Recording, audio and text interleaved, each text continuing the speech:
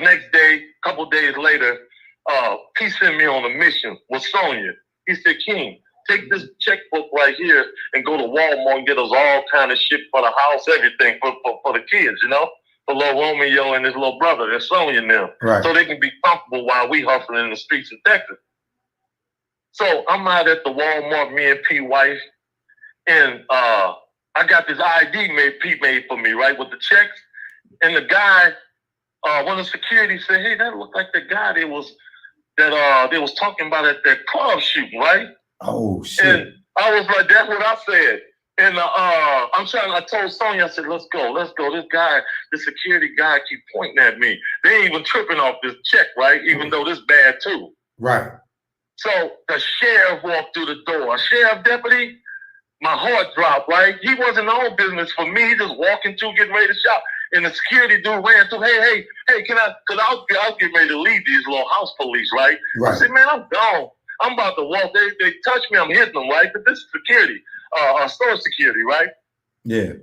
The real man walked in. He grabbed him and said, officer, can you please detain this guy? That looked like somebody that was talking about a shooting. Plus, I don't think this check, I think he's doing something with a check too. So the guy get me, and he get his sergeant and everybody else. They said, you know what, we got to take you down. We don't know it's you, but we got some people that we need to look at you and see if it's you, right? I said, man, I'm not. I had a California ID. I said, I'm not from here, sir. I've never been to any clubs. So we get down to, not to make a long story short, I get down to the Harris County detective thing, because they got to sort this shit out. Just like on the last 48, I'm on TV, right? Right. They recording it. And they kept asking me, they said, look, man, we got you. You know, we ain't worried about that check shit. We know you was doing that. They got me red-handed. They said, but we want to know if you was out there doing the shooting, because nobody got killed, but somebody got shot in the butt and somebody got shot in the hand, right? Off a ricochet bullet. Right. But we ain't here to try to take you in from there. If you be a man and man up for us and get it up, because we know it's you. We got 3 people behind that glass saying, yep, him, them 2, him and his brother. They was like, where your brother at? I said, man, I don't have nobody. I'm solo bolo. They're like, man, you going to take the whole rap by yourself? I said, man, I'm going to have to, because it was just me. And that's when I met my demise and had to do my time in Texas prison. Damn, you went to jail Yes. for a chick.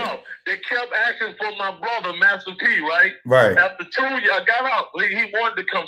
I stayed in for like 2 years because I got an 8, right? But in Texas, in 1990, was a law where Texas prisons was so overcrowded, they had to bring a law where they had to break your time back down. If you do good in prison, you get your time broke down to almost 2 months off a year. I'm gonna say almost break a year down to 2 months. But you'll be on paper for about 6 months so they can watch you, right? Right.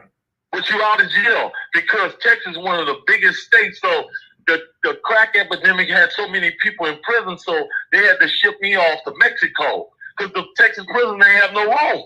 Dang. I did my time in Mexico. You know how that is? I had to eat beans and burritos, no American food. Right today, I don't eat no Mexican food. If you bring me a burrito, I'm going to be pissed off.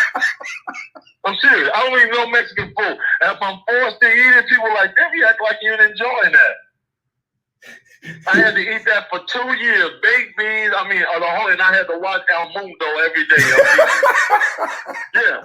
That's what I had to do. 2 years flat. And the only reason why they were supposed to get out in a year, right? But I wasn't from Texas, so these Texas boys kept testing me. They fighters out in Texas. They always want to box you or something. So they want to box me, I'm going to slit your motherfucking throat. Right.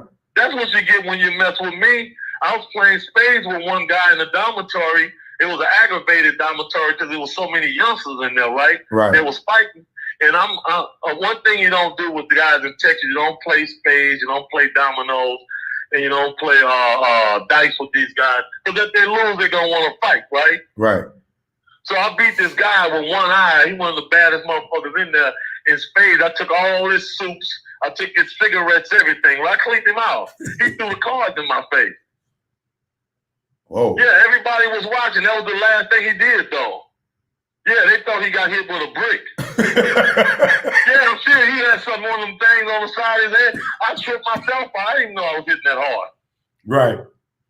That nigga become one of my best friends in there. I bet he did after that. Yeah, I didn't even know. I kind of put little stars on my chest. But anyway, not to make a long story short, I got up out of there. Wait. When you got locked up, you didn't get a bail? No, I didn't get no bail because they didn't want to give me a bail when I went to the arraignment. Oh, because you was from out of town. Because the guy who got hit in the hand and the girl with off the ricochet bullet off the wall, yeah. They didn't want me to get out. They kept telling me, I don't want him out. That guy's dangerous, right? Right. No bail. I got indicted like 2 days later. You know how fast they indict you, right? Yeah. So I'm indicted. That's the first thing I knew about indictment because I called my mom. I said, Mom, I've been indicted. She said, yeah, you've been indicted. That means they're going through with the trial.